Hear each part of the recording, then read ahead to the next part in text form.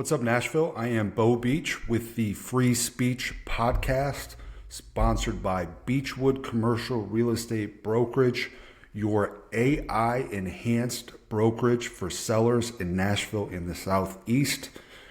As always, we are going to cover the top 10 stories in Nashville commercial real estate, business, politics, sports, culture.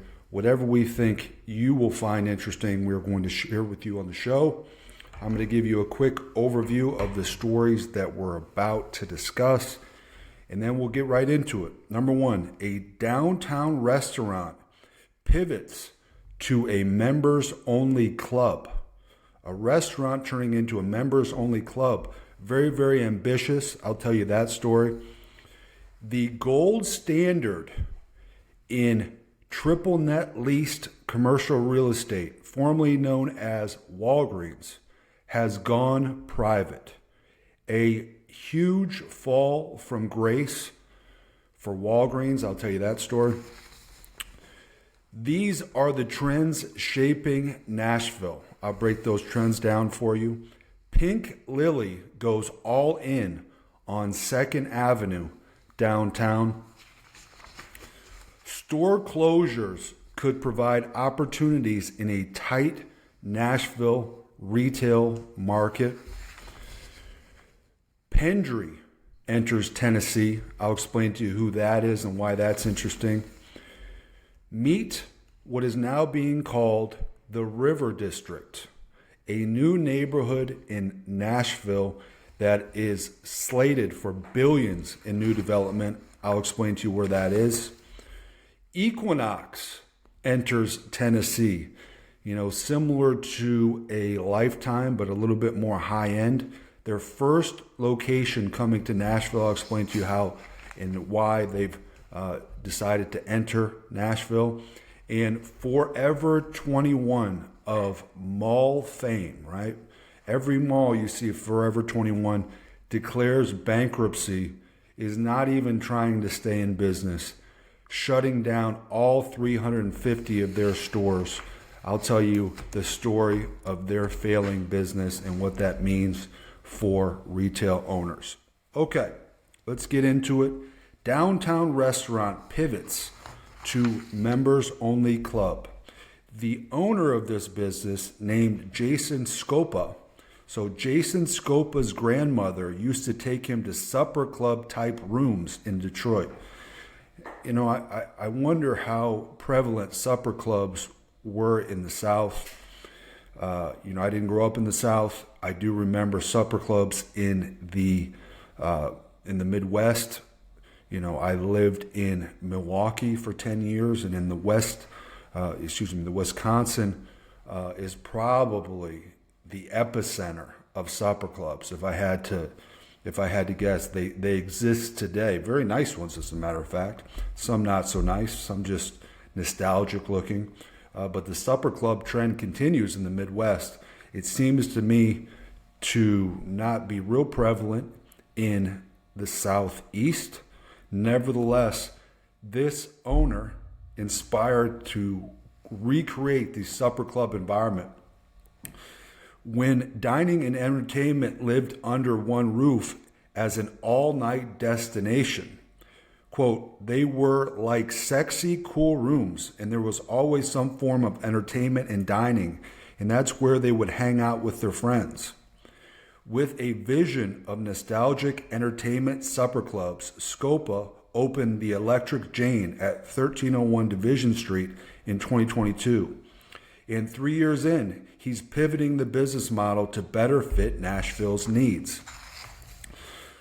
Part of the problem was the weekdays could be very challenging for Electric Jane. This spring, the Electric Jane will officially relaunch as an exclusive members club and is currently accepting applications. Nashville has seen nationwide resurgence of private member clubs with openings such as Soho House in Wedgwood, Houston.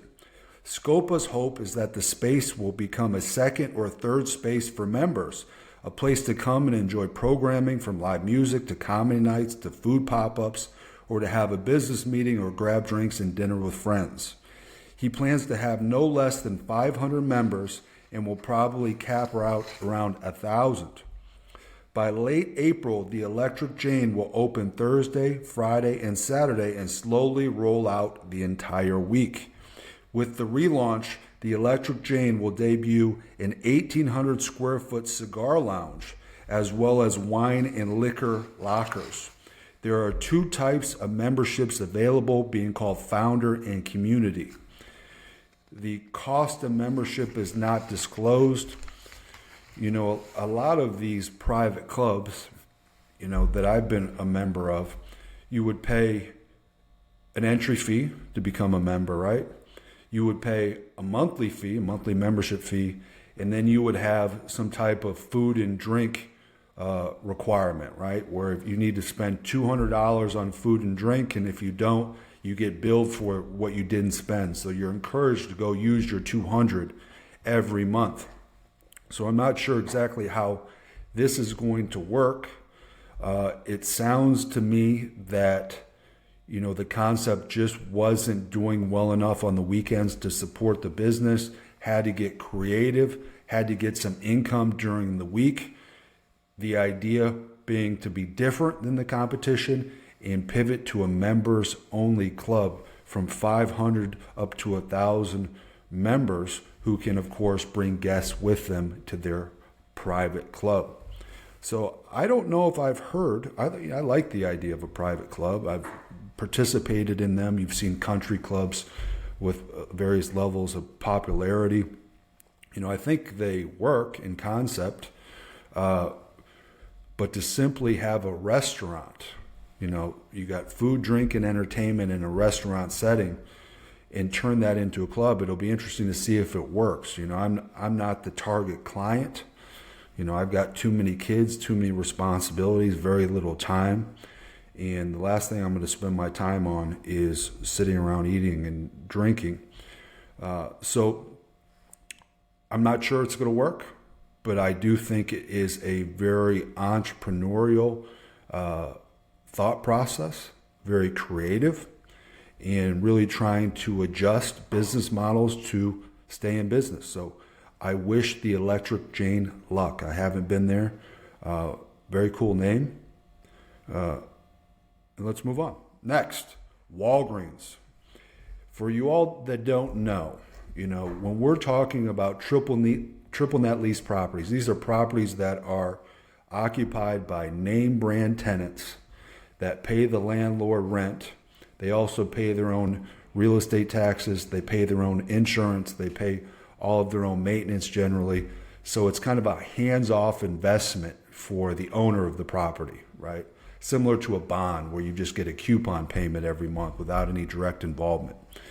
And the return on investment is measured in a cap rate, right? So that's the rent that's being paid and received by the landlord divided by the purchase price, right? So it's almost a return on investment, assuming there's no debt on the property, is a good way to think about it. Well, when you're talking about these cap rates and you're trying to determine if a cap rate is fair or not fair, if the return is fair or not fair, you would generally compare it to, like, what is the most risk-free tenant and what is the cap rate that is being paid for properties occupied by that tenant. And for the longest time, everybody compared cap rates to Walgreens. Walgreens was the gold standard, and it is no longer. Walgreens has had a huge fall from grace to the extent that at one point they were worth $100 billion as a publicly traded company. They just sold in a private equity deal for $10 billion. So a 90% loss in value.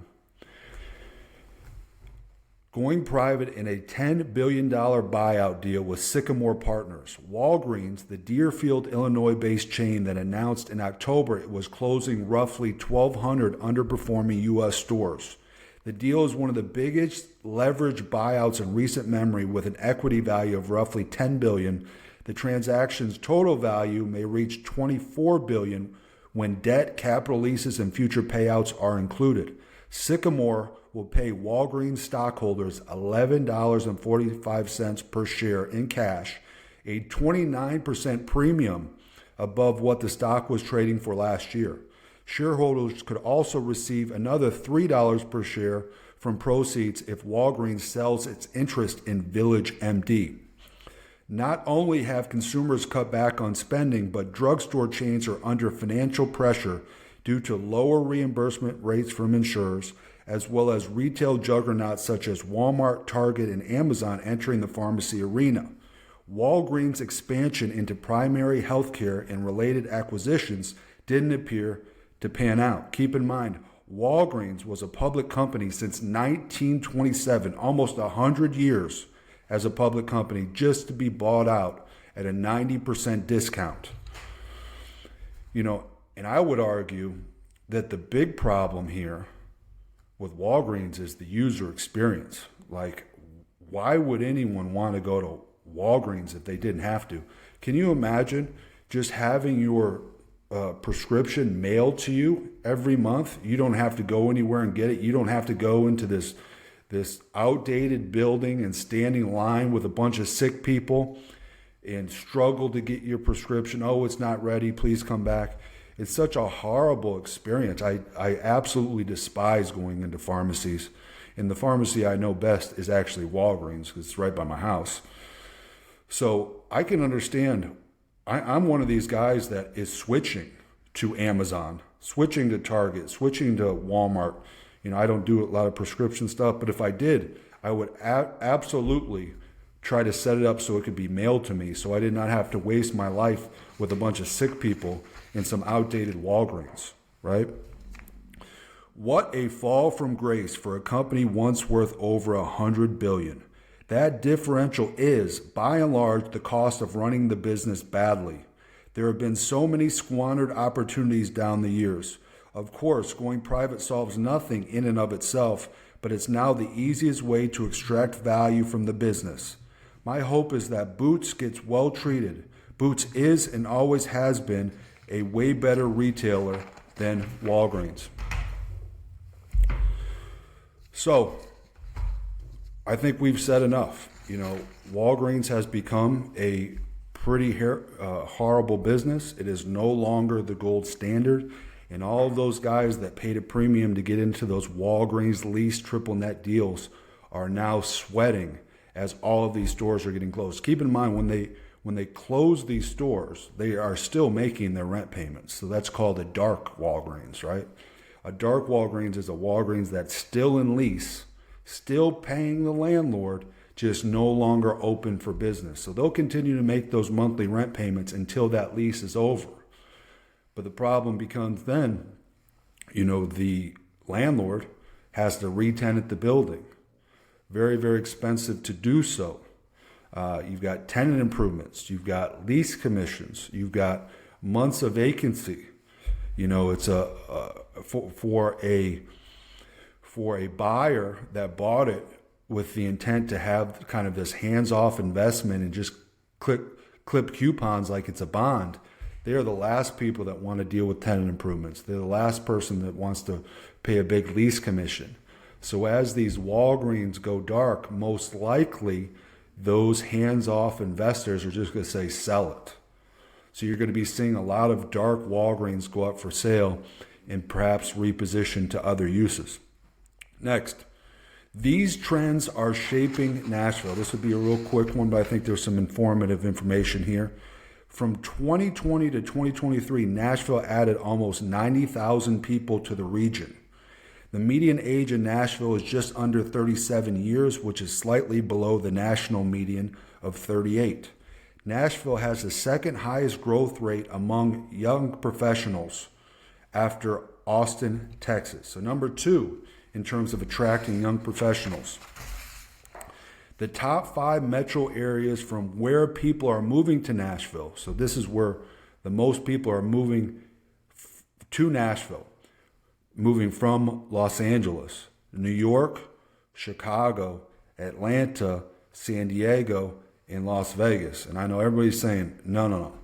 Stop moving from Los Angeles, stop moving from New York, and stop moving from Chicago, right? These are very, very blue cities and very, very blue states. Atlanta, San Diego. San Diego is primarily a red city and a blue state, and Las Vegas is cool. So I hear it all. We love the growth, but don't import your liberal sensibilities, is what everyone in Nashville is saying. Unfortunately, the top three on the list: LA, New York, Chicago. It is what it is. Next, Nashville had the second highest employment growth rate after Austin. So Nashville and Austin are still really battling it out for some of the it cities of the 2020s. Nashville's labor market remains fairly tight, meaning the city has a lot of job opportunities and not enough job seekers to fill them. In fact, there are about 33,000 unemployed folks and 69,000 job openings, a gap of around 35,000 unfilled jobs. We need more people to move to Nashville to grow our labor force. So actually, we need more people. You think a lot of people have moved to Nashville already. We need more. We have a huge gap between the available jobs and the amount of folks that are claiming unemployment. So we need more. Next, Pink Lily goes all in on 2nd Avenue. A social media influencer and owner of a popular online boutique bought a historic downtown building for $5.1 million. That's a heck of an online business. If you're coughing up $5.1 million for a building that you don't even really do business out of, right? If you're an online business, do you really need a $5.1 million building in downtown Nashville? Pink Lily thinks so, and I'm rooting them on. Pink Lily bought a 2-story building on 2nd Avenue. The 19th century office and residential building went up for auction in January. The ground level of the building offers commercial space and was home to Anderson Design Group, and the top floor features a 3-bedroom apartment. In October, Pink Lily relocated its headquarters from Kentucky to Nashville. So just recently relocated to Nashville, now making a big splash, paying $5.1 million for a ground floor commercial space on 2nd Avenue with an apartment above it for an online business. All I'm saying is, if you are an online business stroking $5.1 million for a storefront downtown, business must be booming. Stay in your lane. I don't know. I love the low overhead of an online business. We've seen many of these online retailers try to then add a bricks and mortar presence, and we've seen them most often really change their mind and pull back. Those additional brick and mortar expenses didn't really weigh out relative to costs. So we'll see how Pink Lily does. It's a beautiful building, as a matter of fact. It's not very large. It's well located and it's beautifully done. $5.1 million. Store closures could provide opportunities in a tight Nashville retail market. This is one of those things where I don't think people really understand how difficult it is to find well-located retail space. Even with all the retailers that are closing their doors, and I've been updating you that in previous podcasts on that, even so, those spaces are getting backfilled so rapidly that our vacancy rate in Middle Tennessee is crazy low. Let me explain. Thanks to resilient spending and a rapidly growing population, the Nashville, Tennessee retail market is tight with limited availability. Retail tenants have been snatching up space quickly as they look to expand in one of the fastest growing metro areas in the country. In fact, the vacancy rate has remained below 4% for the past 3 years, despite increased consumer borrowing costs on loans and credit cards and inflation that is still above pre-pandemic norms. As construction has slowed, Nashville continues to have a record low availability at just 3.1% vacancy. Middle Tennessee, 3.1% vacancy. If you are a retailer looking for space, that is a problem. there is not much to choose from. Large vacancies like these are usually seen as a negative for the market. However, in today's tight retail environment, large backfill space is so rare that these availabilities are a welcome development for tenants looking to expand and owners hoping to increase in-place rents and upgrade their tenant profiles. Landlords will look to capitalize on the 20% rent growth that has occurred over the past 5 years.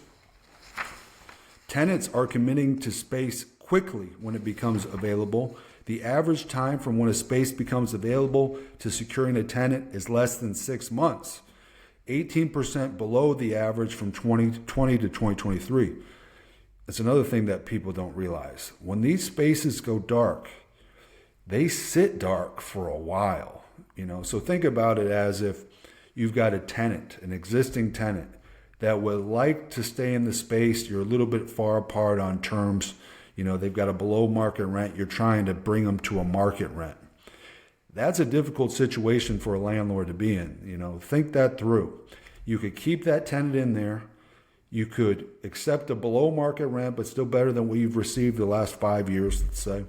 Or you can say, no, sir, at the end of your lease, we're going to let you vacate. Then you're going to have up to 6 months of a dark space with no income. And then you're going to be investing in tenant improvements, which is remodeling the interior of the space to the tenant's needs, right? Landlords are often paying for the improvements to the interior of these spaces. And then tenants are paying a higher rent over the term to pay them back effectively. Plus you've got some lease commissions. So if you let that tenant vacate and you have to re-tenant it, it is not uncommon to spend $300,000, $400,000, $500,000 to get that new tenant in there. And the idea is you're going to be making that back in the increased rents that you receive over the next term, but you still got to have the $500,000 ready to go, and you've still got to do all the work to make all of that happen. It's not like you can just write a check for $500 and it all magically happens. There's a lot of work involved and a lot of money involved to get that next tenant in there. Commercial real estate is an area of big boys with deep pockets. It's a hard business to be in, and I would just tell you, letting these tenants walk with the expectation is you're going to re-tenant it because you say, oh, there's a 3% vacancy rate. Rents have gone up 20% in the last 4 years. I want a piece of the action. I want a better tenant and a higher rent. Okay, cool. It's possible. But there's going to be some work involved and there's going to be some upfront money being spent that you're going to recoup over the term of the lease. Bargain Hunt had 12 locations throughout the Nashville area, totaling over 350,000 square feet. All those locations are now vacated. Additionally, 3 Big Lots locations totaling about 100,000 square feet have already been vacated, and another 320,000 square feet will likely be empty soon. Following a recent high in the construction pipeline, quarterly retail building completions have declined across Nashville.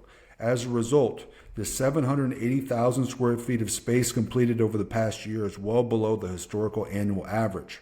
Currently, 700,000 square feet of retail space is under construction throughout the metro area. With 70% of the space already pre-leased, there won't be much relief to the market from the newly constructed available space. So, you're a developer that's bringing retail buildings out of the ground. There's a lot going on there. Generally speaking, you've got to have a lender, you've got to have an equity partner, and to get that lender on board, to get that equity partner on board, you've got to have some pre-leasing to make it less risky for those other participants in the deal. Ground-up development is very, very difficult. Anybody that is making money in ground-up development has very big kahunas and very deep pockets. Don't think that ground-up development is this flashy, fun way to get rich business. In fact, it is very difficult. It is very risky, and you have to have very patient money because you can go for years on a ground-up development project before you see that first check come in. So very, very difficult to do. I've always had the utmost respect for ground up developers. I still do today. I've got a small ground up development going on just for my personal use. And it just reinforced everything that I thought about the difficulty of that business. Very, very hard. Anyone that aspires to be a ground up developer, I would suggest you go work with one for 6 months, for a year. See how it actually works and how many moving parts there are and how much risk is involved. In fact, I'm working on a deal. We're brokering a large parcel of land for industrial use. And the deal has been difficult. We've had to extend it multiple times. The first time the developer couldn't find the lender, right? Now they found the lender, right? But now they have to find an equity partner because these developers bring some of their own cash to the deal, but most of it is put up by an equity partner and a lender, right? This deal is coming to its end, and the only way that it has a chance to close is if we agree to extend it out, which we're considering now. But these guys have $700,000 of their own cash in non-refundable earnest money and in development fees. You know, all the different crazy studies and due diligence these guys do. They've got $700,000 at risk, and if we were to say walk away from the transaction, which I'm not suggesting we are, that would be confidential. If we were, they're out $700,000 and they get to move on to the next deal. So if you have an appetite for that type of risk and you're willing to put $700,000 of your own money at risk for the potential to do a ground up development, that once you get started, you know, it still could be a year or two before you actually collect a check. It's just money going out, money going out, money going out for a year or two before money starts coming back in. If you think you have the appetite for that kind of risk, perhaps ground up development is for you. I would suggest most people are going to get chewed up and spit out by the development game. One of the hardest ways to make money in the commercial real estate business, in my opinion. Next, Pendry enters Tennessee. Who the heck is Pendry? Luxury hotel and condo brand Pendry has confirmed plans for its Nashville debut. Pendry Nashville and Pendry Residences Nashville are expected to break ground immediately and will open in 2027. Pendry is partnering with developer Samara Road to open the tower, which will offer 180 hotel rooms and suites and 146 condos. Amenities include a ground floor restaurant and bar, a rooftop pool with restaurant and bar, an indoor and outdoor fitness center, a writer's room and library, and 2 ballrooms. The second level of the tower will offer 10,000 square feet of meeting and event space. Pendry is a chain of luxury boutique hotels, resorts, and condominiums owned by California-based hotel management company Montage International. They describe Pendry's Nashville location as Southern sophistication, right? So like the design of it, how it's going to feel. They're going for a feel of Southern sophistication, which I like. You know, I heard that, I thought, oh man, maybe I can use that. Southern sophistication. Investor materials showed the development is estimated to cost $364 million. The final phase of the massive development will include an office building and another apartment tower that will sit on a shared podium.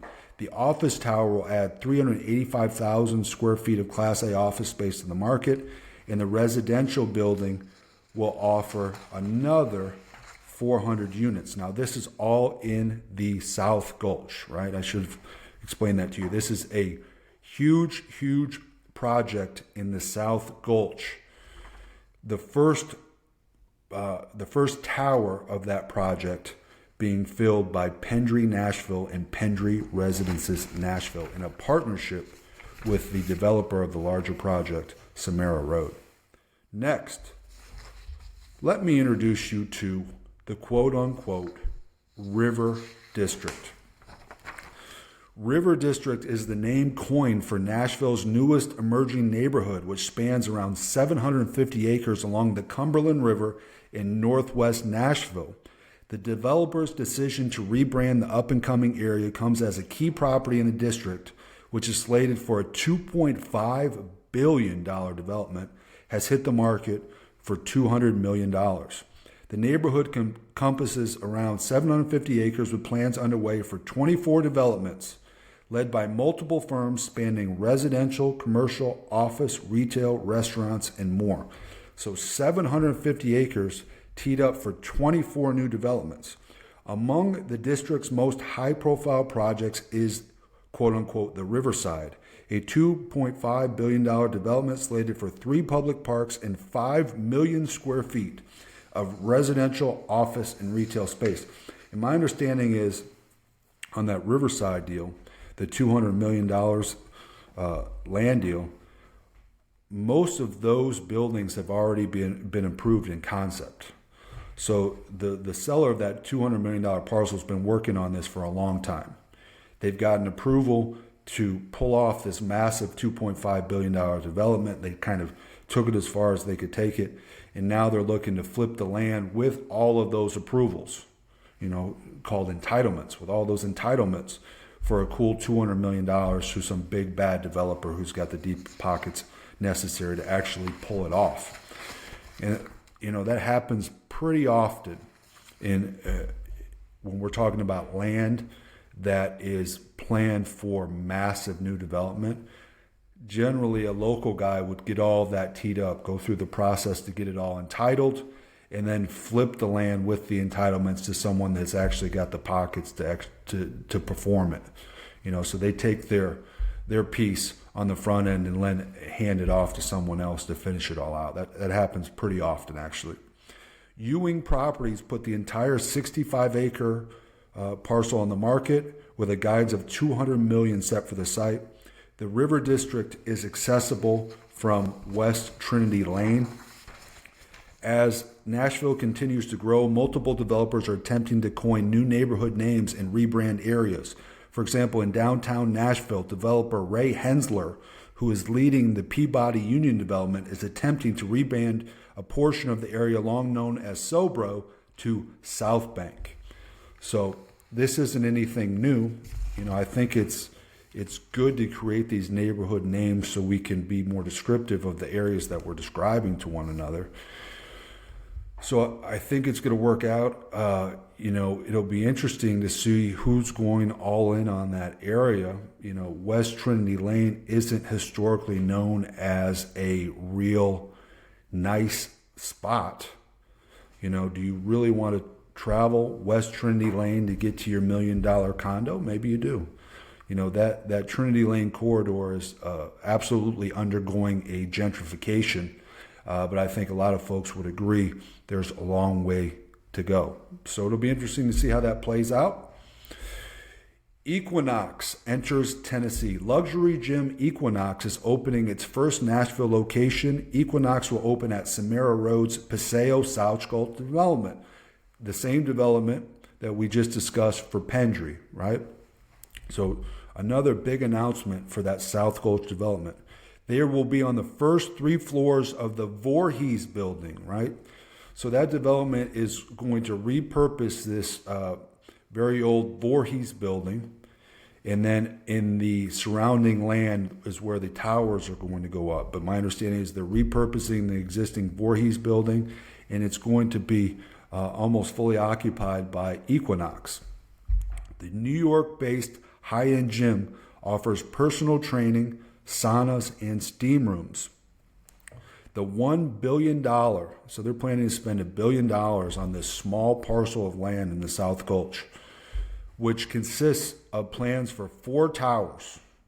So 4 towers, $1 billion, plus this little Voorhees building occupied by Equinox. I'm sure it's going to be awesome by the time it's done. I'm sure that is also going to be a long-term project. I'd be surprised if that was really done in the next 10 years or so. All right. So lastly, to round out today's podcast, Forever 21 declares BK. And as we were reviewing these stories, and I was thinking of this idea BK. Perhaps I'm wrong, but over the years we've shortened bankruptcy to BK, which I don't. Having written it and reading it, it doesn't make a lot of sense how we're shortening bankruptcy up to BK. But I think that's really kind of a well-known expression. If not, I sound foolish. But Forever 21 declares BK, or bankruptcy. Fast fashion pioneer Forever 21's shutdown of its roughly 350 stores will bring U.S. retail closings to over 4,000 so far this year. This is the second time the retailer has sought bankruptcy protection. It plans to wind down the business and close its store portfolio of 354 locations. Forever 21 stores outside the U.S. are not included. They are going to be liquidating Forever 21's inventory and conducting closing sales. They blame the failure on a period of high inflation and the rise of online shopping's popularity. Also blame Chinese online fast fashion purveyors, Shein and Temu, for cutting into its sales. The reality is, guys, Forever 21 has been losing money for years and years and years. And they've been kept afloat because the mall operators themselves did not want any additional vacancy during the so-called pandemic. So they kept them afloat in an effort to keep their buildings full. But at some point, you just got to say it's not working. And that's what's happened here. The U.S. retail industry overall is tracking to have a bumpy year, likely worse than 2024 in terms of store closings. The number of U.S. stores shutting rises to about 4,100. That compares to 7,500 for all of last year. So we are in March, and 4,100 stores have announced their closing, when last year, for the entire year, there were 7,500 store closings. So it's an interesting thing that we have a nationwide shortage of retail real estate while also setting records for retail store closures. I don't recall a time where that was ever the case, but that's where we are. The business has been materially and negatively impacted by the ability for online retailers to take advantage of the de minimis exception. And I thought this was interesting. I'm going to share this with you. The de minimis exception, which exempts goods valued under $800 from import duties and tariffs. So as customers are buying products from Temu or from Shein, generally the products they're ordering are less than $800, right? So they've got a shipment of less than $800 coming to customers, and because they're less than $800, they do not have to pay duties and tariffs on those items. Consequently, retailers that must pay duties and tariffs, meaning Forever 21, to purchase product for their stores, so Forever 21 is buying in bulk, right? Much higher than $800 per order. So they're paying they do have to pay the duties and tariffs to stock their stores, but Temu and Shein do not. So they're claiming that the system is rigged to favor Temu and Shein at the expense of retailers like Forever 21. Get this. This sums it all up for you if you're real sad about Forever 21 going down. Forever 21 lost more than $400 million over the past 3 fiscal years, and in fiscal 24 alone lost $150 million. 3 years, $400 million lost. You don't get to stay in business anymore if that's how you do it. Forever 21 was always a retailer living on borrowed time. Forever 21 has not helped itself through these challenges. Merchandising and the assortment have been lackluster, and the brand has lacked any clear point of view for a long time. The net result is that more and more customers, especially those at the younger end of the market, have abandoned it. It remains to be seen how fast landlords will be able to fill the Forever 21 spaces. The vacancy rate for regional and super regional malls in the U.S. is 9.1%. So mall retail space has a much higher vacancy rate than retail space outside of malls. That compares to the overall U.S. retail vacancy rate of about 4%, right? So 9.9% versus 4%. Roughly 75% of Forever 21's leases determine their rent based on a calculation of such locations' prior month's revenue rather than a flat rate basis. So, if you're a landlord renting to Forever 21 and they are not doing well, that also means that your rent you're receiving is not doing well. I understand why a retailer would want to do that. As a landlord, that hurts. I don't want my rent based on your performance. I want to know what I'm getting every month, and I want it to be a fair price for the space that I'm giving you. Another problem is that is inherent with Forever 21 is the very large footprint of its leased premises. So these are some of the bigger stores that you will see in a mall. So the stores were too big. Their assortment was kind of out of favor. They had to pay duties and tariffs that their competition does not have to pay. They didn't have a clear point of view. They didn't really have a brand that really spoke to anyone. And they lost $400 million in the last 3 years. Those are the types of businesses that have to close. We can't be sentimental about it. If there's anyone out there that loves Forever 21, I really don't have any knowledge of them. I don't really, in my mind's eye, understand what Forever 21 is, to be honest. My daughters probably could bring me up to date if I really wanted them to. But nevertheless, that's the type of business that's got to be allowed to fail.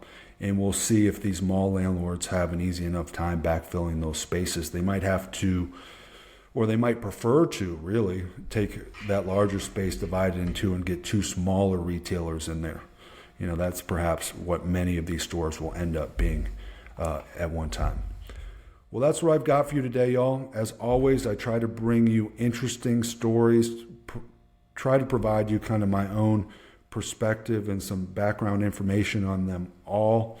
As I mentioned at the top of the show, the podcast is sponsored by Beechwood Commercial Real Estate Brokerage, your AI-enhanced broker for sellers in Nashville and the Southeast. If there's anyone out there that's got a commercial property that they're considering selling, you can get a no-strings-attached valuation from Beechwood that is going to walk you through exactly what it would look like to list and sell your property in today's marketplace. Again, free, no strings attached. Just reach out and we'll be happy to get that started for you. Thanks so much. Until next time.